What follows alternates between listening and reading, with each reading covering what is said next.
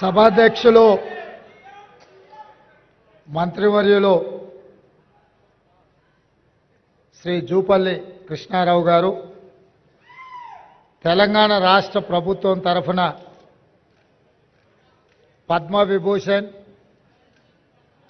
Padmashri award గ్రహీతలను సన్మానించాలన్న ఆలోచన చేసి పెద్దలు వెంకయ్య నాయుడు గారితో మాట్లాడి ఈ సన్మాన కార్యక్రమాన్ని ఏర్పాటు చేయాలని ఆలోచన చేసి మా మంత్రివర్గ సహచరులతో ఉప ముఖ్యమంత్రి వర్యులు బట్టి విక్రమార్క గారితో మాట్లాడి రాష్ట్ర ప్రభుత్వం ఈ కార్యక్రమాన్ని ఏర్పాటు చేయడం జరిగింది। ఈ కార్యక్రమంలో ఉప ముఖ్యమంత్రి వర్యులు బట్టి విక్రమార్క గారు, R&B అండ్ సినిమాటోగ్రఫీ మంత్రివర్యులు కోమటిరెడ్డి వెంకటరెడ్డి గారు, రెవెన్యూ శాఖ మంత్రివర్యులు పొంగులేటి శ్రీనివాసరెడ్డి గారు, సభాధ్యక్షులు జూపల్లి కృష్ణారావు గారు ఈ కార్యక్రమంలో ముఖ్య అతిథులుగా పాల్గొని పద్మవిభూషణ్ అవార్డు గ్రహీతలు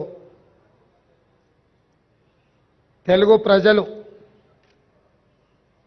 తెలుగు మాట్లాడే భాషా ప్రాంతాలలోనే కాదు ఢిల్లీకి వెళ్ళినప్పుడు ఏ అవసరం ఉన్నా ఎవరినైనా కలిసి తమ మనసులో మాట చెప్పుకోవాలన్నా నిలువెత్తు తెలుగు విగ్రహం ముప్పవరపు వెంకయ్య నాయుడు గారిని ఈ సందర్భంగా రాష్ట్ర ప్రభుత్వం సన్మానం చేయడం అనేది మనల్ని మనమే సన్మానం చేసుకోవడం అంత గొప్ప కార్యక్రమం। అదేవిధంగా మీ అందరి అభిమాన నాయకుడు, గొప్ప నటుడు, పున్నమి నాగు సినిమాలో నటనలో a commitment ఉండేనో Uyyalawada Narasimha Reddy cinema సందర్భంగా చేసిన నటనలో అదే కమిట్మెంట్,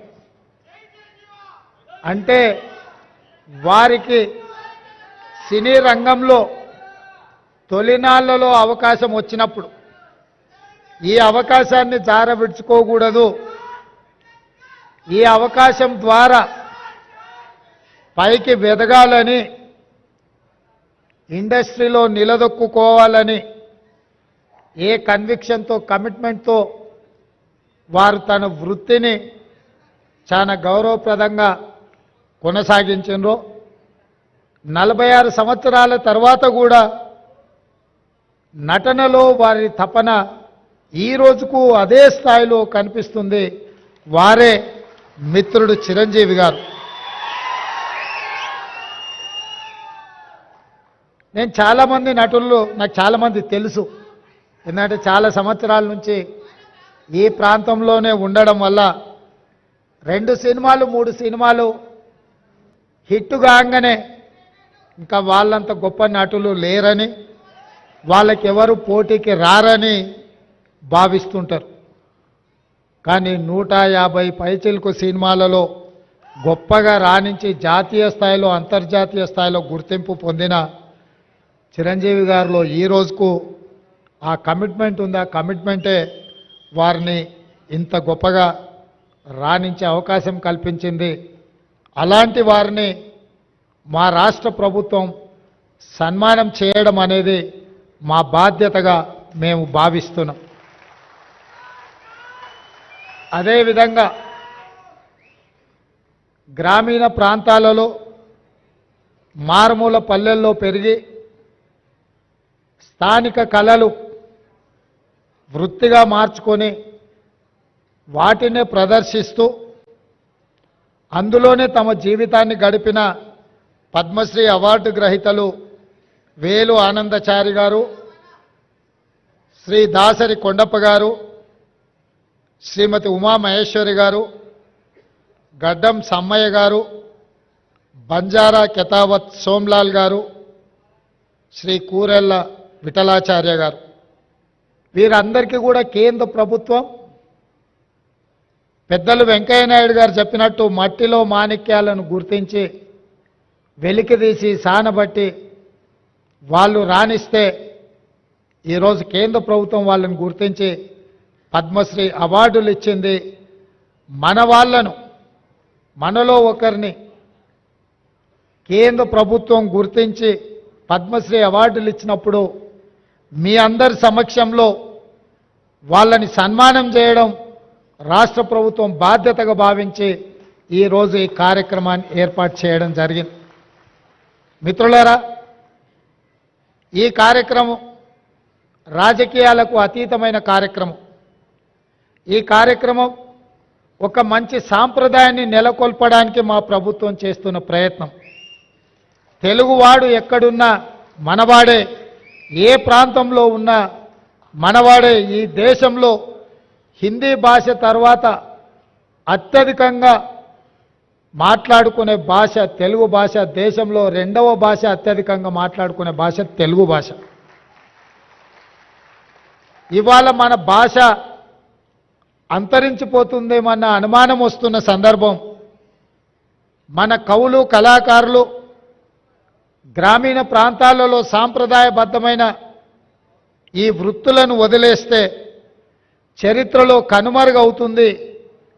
ఇట్లాంటి కవులను, కళాకారులను, వివిధ రంగాలలో రాణించిన వాళ్ళను రాష్ట్ర కేంద్ర ప్రభుత్వాలు గుర్తించి గౌరవించి వాళ్ళకి ఈ రకమైన అవార్డులు ఇవ్వాల్సిన బాధ్యత, ఆ సాంప్రదాయాన్ని కొనసాగించాల్సిన బాధ్యత ఎన్నికైన ప్రభుత్వాల మీద ఉన్నదని నేను భావిస్తూ ఈ సాంప్రదాయాన్ని కొనసాగించాలి.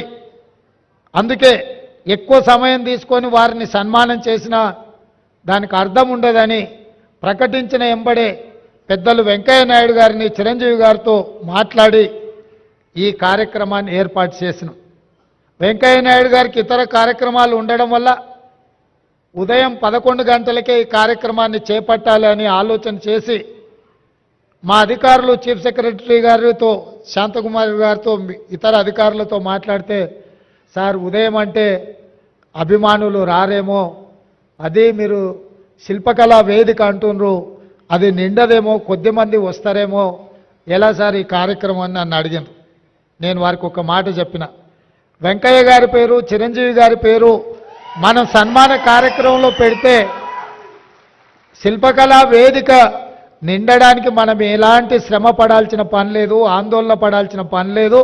శిల్పకళా వేదిక నిండగా వారి అభిమానులు తప్పకుండా వస్తారు అని నేను వారికి చెప్పిన. నా నమ్మకాన్ని నిలబెట్టినందుకు మిమ్మల్ని అందరినీ మనస్ఫూర్తిగా నేను మిమ్మల్ని అందరినీ అభినందిస్తున్నా. ఎందుకంటే ఈ కార్యక్రమాలు సాయంత్రం పూట పెట్టే కార్యక్రమాలు, కానీ ఉదయం 10 గంటలకే మీరందరూ వచ్చి ఈ కార్యక్రమాన్ని కల్లారా చూసి ఈ రాష్ట్ర ప్రభుత్వం చేపట్టిన కార్యక్రమాన్ని పెద్దలు వెంకయ్య నాయుడు గారు, చిరంజీవి గారు లాంటి వాళ్ళు, పద్మశ్రీ అవార్డు గ్రహీతలు, వారు మమ్మల్ని అభినందిస్తుంటే మా ప్రజాపాలనకు ఆశీర్వాదం పొందినట్టుగానే నేను భావిస్తున్నా. అదేవిధంగా ఒక మంచి సాంప్రదాయానికి పునాదులు వేయాలన్న మా ఆలోచనను మీరందరూ మనస్ఫూర్తిగా బలపరిచినందుకు మిమ్మల్ని అందరినీ కూడా నేను అభినందిస్తున్నా. ఈ కార్యక్రమంలో పద్మశ్రీ అవార్డు గ్రహీతలు కవులకు, కళాకారులకు జీవితంలో వయసు మీద పడ్డ తర్వాత వెనక్కి మళ్ళీ చూసుకుంటే చప్పట్లు, దుప్పట్లే మిగులుతున్నాయి తప్ప ఇంటి ఖర్చులకు కూడా వెళ్ళని అత్యంత దుర్భరమైన పరిస్థితులు గ్రామీణ ప్రాంతాల నుంచి వచ్చిన కవుల, కళాకారుల పరిస్థితి.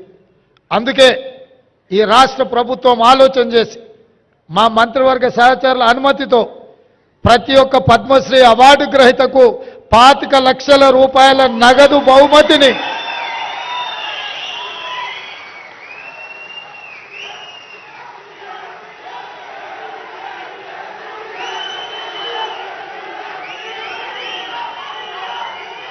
రాష్ట్ర ప్రభుత్వం ఈ పద్మశ్రీ అవార్డు గ్రహీతలను చప్పట్లు, దుప్పట్లతోనే కాదు, నగదు బహుమతి ఇవ్వడం ద్వారా జీవితాంతం ఈ కళలకే వారు అంకితం చేసి మిగతా జీవితాన్ని కూడా ఈ కళలోనే వాళ్ళు రాణించాలని మన ప్రభుత్వం ప్రజాప్రభుత్వం 25 లక్షల రూపాయలతోటి నగదు బహుమతి వారికి ఇవ్వాలని మా ప్రభుత్వం నిర్ణయం తీసుకున్నది. ఈ వేదిక మీదనే పెద్దలు వెంకయ్య నాయుడు గారు మిత్రులు చిరంజీవి గారి చేతుల మీదుగా వారికి ఆ నగదు బహుమతిని ఇవ్వాల్సిందిగా వారికి విజ్ఞప్తి చేస్తున్నా. అదేవిధంగా ఈ నగదు బహుమతితో పాటు ప్రతి నెల వారి ఖర్చుల కోసం, ఎందుకంటే వైద్యము ఆరోగ్యము ఖరీదైంది, ఇంట్లో చిన్న చిన్న ఖర్చులు కూడా ఈరోజు పెరిగిపోయినాయి. అందుకే ప్రతి నెల ఈ కవులకు కళాకారులకు 25,000 రూపాయల పెన్షన్ ఇవ్వాలని కూడా ఈరోజు, ఎందుకంటే వాళ్ళు నిరుపేదలు. దాసరి కొండప్పని చూసింది కదా, మా జిల్లా వాడు, నా పక్కనే దామరగిద్ద మండలం అత్యంత పేద కుటుంబం నుంచి వచ్చింది. వాస్తవంగా మనం ఇట్లాంటి అవార్డులు రివార్డులు ఇవ్వాలన్నా వాళ్ళు అక్కడి నుంచి ఇక్కడికి కారులోనో కావలసిన వాళ్ళని తీసుకొని ఇంత దూరం రావాలంటే కూడా తవ్వ ఖర్చులు కూడా కష్టంగా ఉండే పరిస్థితులు. ఇట్లాంటి పరిస్థితుల్లో వీళ్లను గౌరవించడం, వారికి ప్రతి నెల 25,000 రూపాయల పెన్షన్ ఇవ్వాలన్న ఆలోచన మా పెద్దలు హనుమంతరావు గారి అనుమతితోటి వారికి ప్రతి నెల 25,000 రూపాయలు ప్రభుత్వం నుంచి పెన్షన్ లాగా వారికి ఇవ్వాలి అని చెప్పి మా ప్రభుత్వం నిర్ణయం తీసుకున్నది. మిత్రులారా, నేను ఒకే ఒక్క మాట ఈ వేదిక మీద నుంచి చెప్పదలుచుకు, సాంప్రదాయాలను గౌరవించాల్సి వచ్చినప్పుడు, మన భాషను, మన సంస్కృతిని, మన సాంప్రదాయాలను కాపాడుకోవాల్సి వచ్చినప్పుడు అన్నిటినీ పక్కన పెట్టి మనందరం ఏకం కావాల్సిన అవసరం ఉన్నది.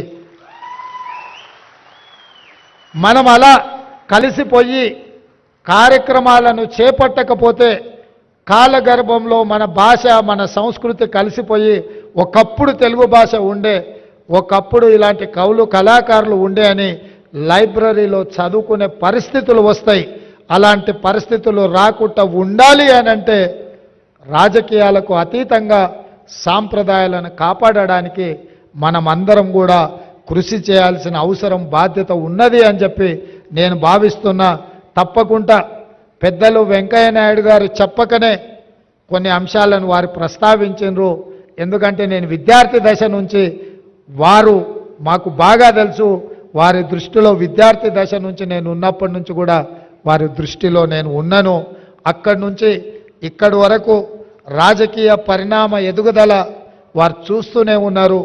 వారు అందరికీ చెప్పినట్టుగా వేదిక మీద ఉన్న మాకందరికి కూడా చెప్పిండని నేను భావిస్తున్న. భాష విషయంలో, భావం విషయంలో, ప్రజా సమస్యల పరిష్కారం విషయంలో, ప్రజలల్లో ఉండి నిత్యం ప్రజా సమస్యల మీద ప్రజల తరఫున కొట్లాడితే గుర్తింపు, గౌరవము, హోదా అనేది ఆటోమేటిక్ వస్తుందని వారు ఈ వేదిక మీద నుంచి చెప్పినరు.